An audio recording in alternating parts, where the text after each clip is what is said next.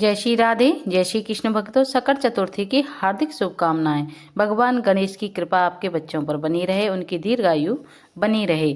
हम सुनेंगे सकट चतुर्थी की पौराणिक कथा। सतयुग की बात है। राजा हरिश्चंद्र के नगर में पूरी प्रजा सुखपूर्वक निवास करती थी। वहां पर एक ऋषि शर्मा नामक एक ब्राह्मण अपनी धर्म पत्नी और पुत्र के साथ निवास करती थी। जब उनका पुत्र छोटा था तब उस ब्राह्मण की मृत्यु हो गई थी और उसकी पत्नी अपने पुत्र का पालन पोषण करने लगी। ब्राह्मणी भगवान गणेश की परम भक्त थी, इसलिए वह हर सकट चौथ पर व्रत रखती थी और गणपति जी की पूजा अर्चना करती थी। एक दिन उनका पुत्र पूजन स्थल पर पहुंचकर और वहां पर रखी भगवान की गणेश की प्रतिमा को खिलौना समझकर खेलने लगता है।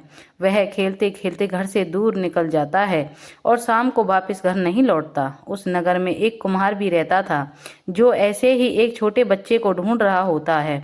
वह कुम्हार मिट्टी के बर्तन बनाने के लिए काफी मेहनत करता था, लेकिन उसका अभा गर्म ही नहीं होता था। अभा यानी भट्टी जिसमें बर्तन बनाए जाते हैं। कुम्हार उस अभा में जब भी आग जलाता था तो वह कुछ समय बाद ही बुझ जाता था, जिसके कारण उससे मिट्टी के बर्तन कच्चे रह जाते थे। क्योंकि इसी से उसकी रोजी रोटी चलती थी, इसलिए वह काफी परेशान रहता था और दुखी चिंतित होने लगा। एक समय इस समस्या को उसने एक तांत्रिक को बताया और तांत्रिक ने उससे इस समस्या का हल पूछा।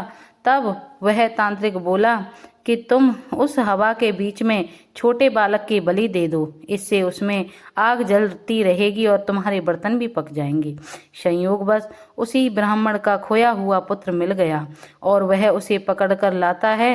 इसके पश्चात वह उस बालक को हवा के बीच में बिठा देता है। अपने बर्तनों को रखकर आग जलाकर देखता है कि जब सुबह वह कुमार अपने बर्तनों को देखने के लिए हवे के पास गया तो आश्चर्यचकित रह गया। उस बच्चे को एक खरोंच तक नहीं आई थी और वह भगवान गणेश की प्रतिमा के साथ खेल रहा था। उस हवे के सारे बर्तन भी पक गए थे, लेकिन बच्चा बिल्कुल सुरक्षित बच गया। इस घटना के बाद कुम्हार डर जाता है और राजा के समक्ष अपने इस कृत्य के बारे में बता देता है। उधर बालक की माँ उसे ढूंढते ढूंढते परेशान हो गई थी, अत्यंत दुखी भी हुई। जब राजा के माध्यम से माँ को अपने पुत्र की खबर मिली तो वह राजा के दरबार में पहुंची। राजा उससे पूछते हैं कि तुम्हारा बच्चा किस प्रकार सुरक्षित बचा, तो वह बताती है, हे राजन, मैं कोई टोना टोटका नहीं जानती। मैं तो बस भगवान गणेश की पूजा अर्चना बड़ी श्रद्धा भाव से करती हूँ और सकट चौथ का व्रत भी करती हूँ। जब लोगों को इस व्रत की महिमा समझ में आई और तभी से महिलाएं अपनी संतान और परिवार के सौभाग्य और लंबी उम्र की आयु के लिए इस व्रत को करने लगीं। दोस्तों, यह सकट चौथ का व्रत हम आशा करते हैं इसको पढ़ने और सुनने से, कथा के माध्यम से तुम्हारे घर में सुख समृद्धि बनी रहे और तुम्हारे बच्चों की आयु बढ़ती रहे। जय श्री राधे। जय श्री कृष्ण।